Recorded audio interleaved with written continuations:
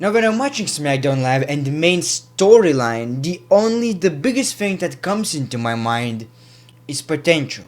I see a lot of potential in that main storyline too on Shinsuke Nakamura, Kevin Owens, Randy Orton and Sami Zayn. However, the thing is when you watch that, you can't watch it but think about it. It feels like they haven't pulled the trigger yet, and the most worrying thing is that they never will. Did I like today's show? I would say somewhat. I like the results. I like what came out of it, but I didn't see it entertaining, you know. It did what it needed to do, but there was nothing like, oh my god, this is so good, I cannot wait. Like, there was one moment maybe, but there were some moments that I was happy with. Now let's start with the beginning of the show. We seen Sami Zayn and Kevin Owens backstage starting a yup movement, pretty much a mock of Daniel Bryan's t-shirt, you know, that says yes, yes, yes. They said yup, yup, yup. And I gotta say, at the end of the show, Sami and Kevin Owens, they are gold. They are priceless. They did such a great job. These two are so entertaining. Just remember that Kevin Owens and Chris Jericho rivalry, when they were not rivals, but they were friends, best friends. It's basically the same thing, but might be even better sometimes. I mean, this is great. This is great. I will get back to that later. And then we got AJ Styles promo, pretty much talking about how I will defend the WWE Championship, and we got Singh Brothers coming out with their old theme music and pretty much saying that we are not with Jinder anymore. We want to be in your corner. They pretty much tried to do this to AJ Styles and said like we are not with Jinder. He used to bully us. He used to make us kiss his feet, and it smells like onions and cheese, something like that. It was really corny, and I was like, okay, get to something. And then AJ Styles was like, okay, I get you. If you are really not with Jinder, why were you in Abu Dhabi tour with him? And they showed the clip, and they were like, no, we're not with him anymore. And he was like, don't try to lie to me. Jinder Mahal was coming out, you know, into the ring. And AJ Styles was like, yes, you're not going to be in Jinder Mahal's corner. And he pretty much beaten the shit out of both of these goons. And that's what we got. The biggest thing I can tell you about it, of course, at the end of it, Jinder was, you know, caring about the goons. AJ Styles is having a new WWE Championship, and that was not announced in any shape or form. You're just changing a championship like that? What? Now, the previous championship, the WWE Championship that they had for over 4 years, I don't even remember, is, you know, golden, blue AJ Styles side plates because he's the champion, and the red thing, you know, the logo. W, white W, and red shit. So that's the WWE Championship we always had. However, they changed the leather of it. Like, the whole leather is new, and in the middle, you know, when it's supposed to be black, it's like this Universal Championship feel, but black, you know. It looks good. I like the new leather. It looks so new, like so prestigious. But the red shit is black right now. I mean, I think it looks good, but not better than the original. I think the title is kind of too dark, and now this shit is black, and it feels like, man, you know, a bit too dark. I'm not quite sure if I like it. I don't think the change was necessary. I would rather prefer dark blue, because it's SmackDown, it makes perfect sense, and it would have some accent to it. Now it's just a black, dark title that is, even the gold is blacker than, I don't know.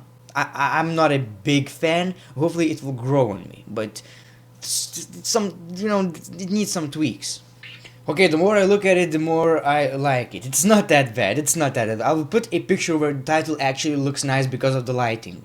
I like it. Okay, it grew on me already. I like it. I'll deal with it. However, it makes me feel like Jinder is going to win the title because it's, you know, that dark thing and kind of would look on Jinder Mahal. Hopefully, they will not make Jinder Mahal the winner of the match. Do I care about AJ Styles versus Jinder Mahal right now after this promo? Absolutely not.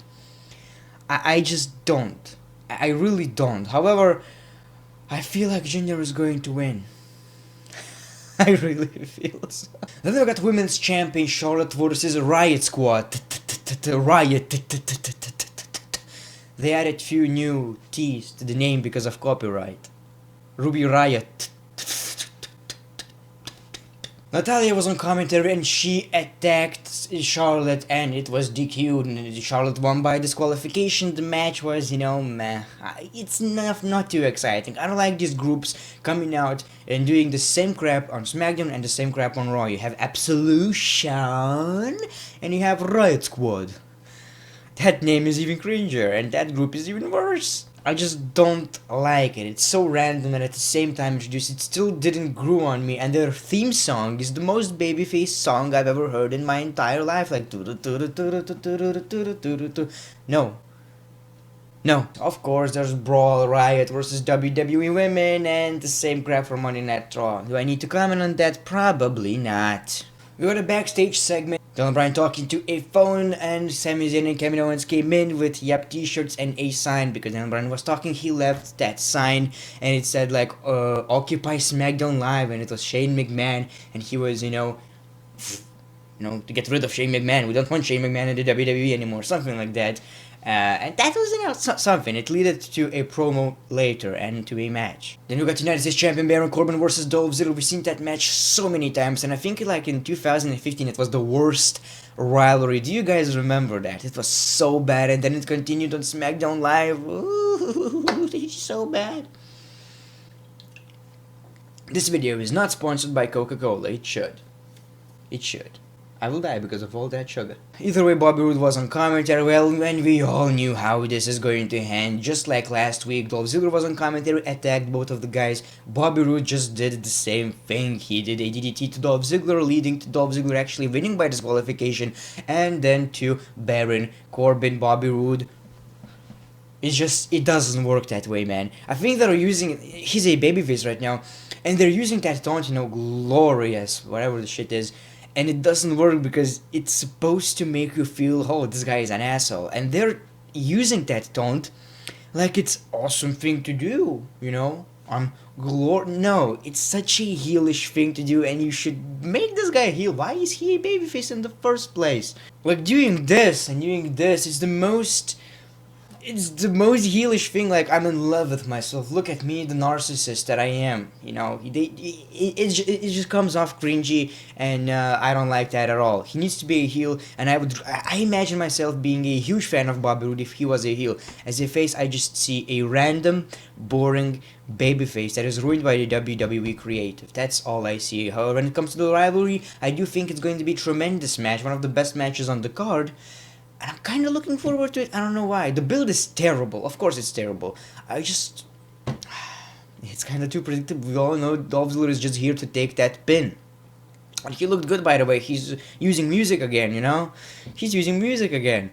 But I don't know. I feel sorry for the guy. I would really love to see Dolph Ziggler actually winning the match. And a lot of people will take, oh, great. Well, you stupid son of a bitch. You stupid son of a bitch. What are you talking about?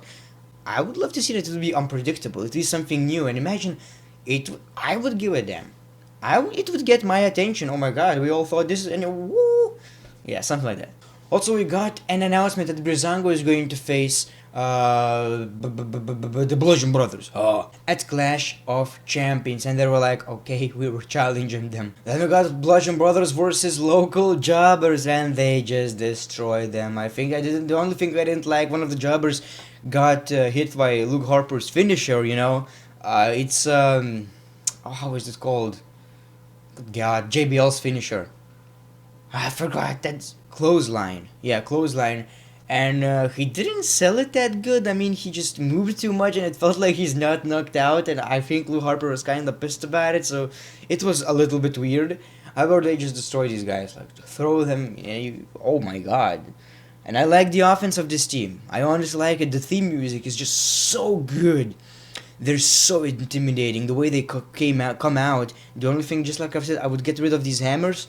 But other than that, one of my favorite teams right now, SmackDown Live's tag team division is so good. Like, Raw only has the Shield and the Bar, like the two credible teams because the rival is injured. And when you look at SmackDown Live's team division, you have Bludgeon Brothers, the Usos, the New Day, Aiden English and Rusev, and Chad Gable, and Shelton Benjamin. You have you have Breezango, and that's about it. The other teams, if there are other jobbers, but it's a good one. You can look at them and feel, okay, I need these as tag team champions, or these, and you have these thoughts, like you don't decide who should be tag team champions. It's great. It's like a main event scene. You want all of these guys, but you cannot get it. And on the Raw, you're just like, tag team champions, who should be?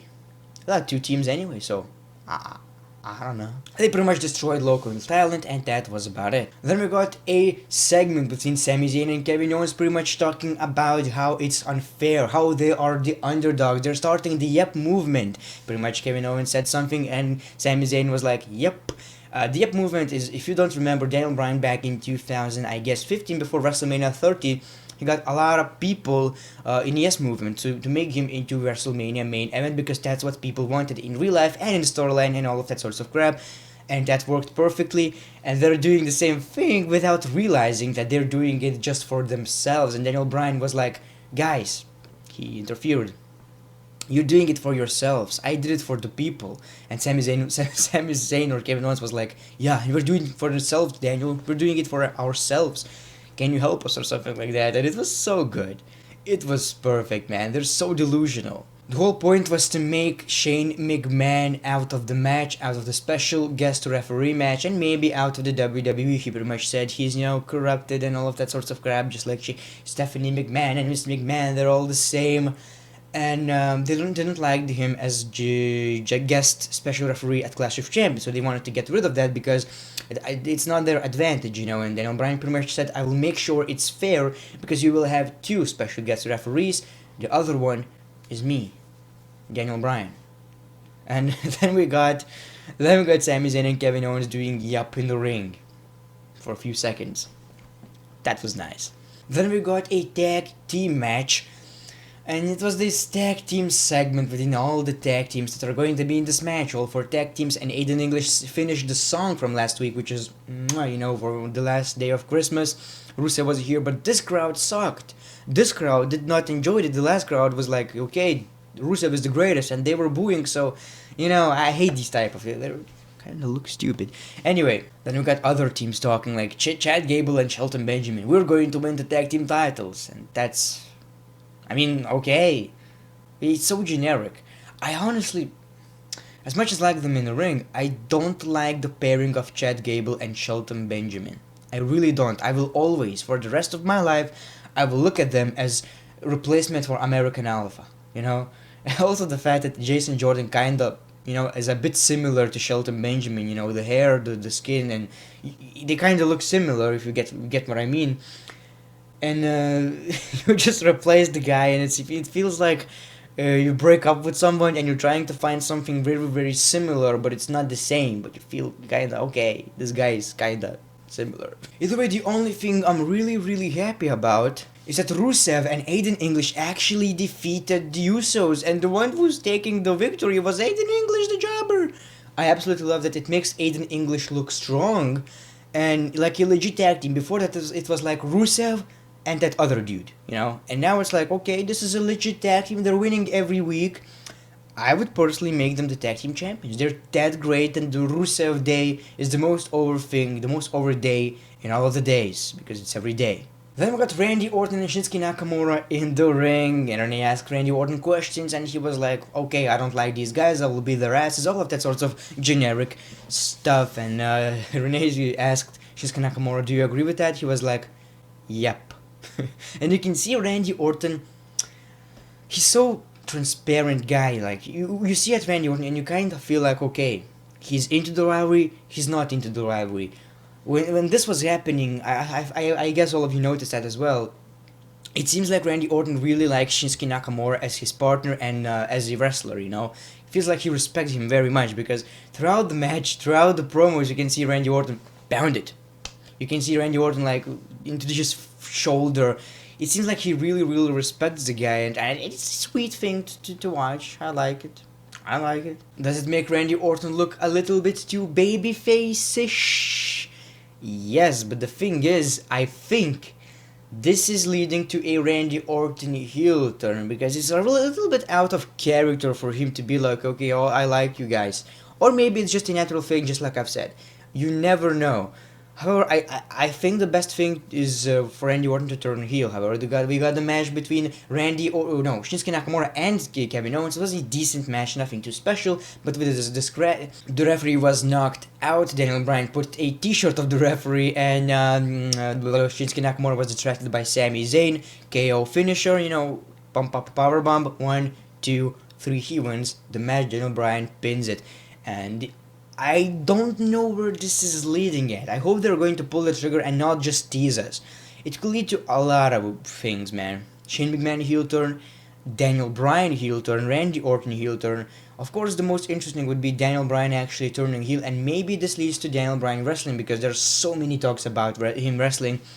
And there's this rumor that I hope it's true.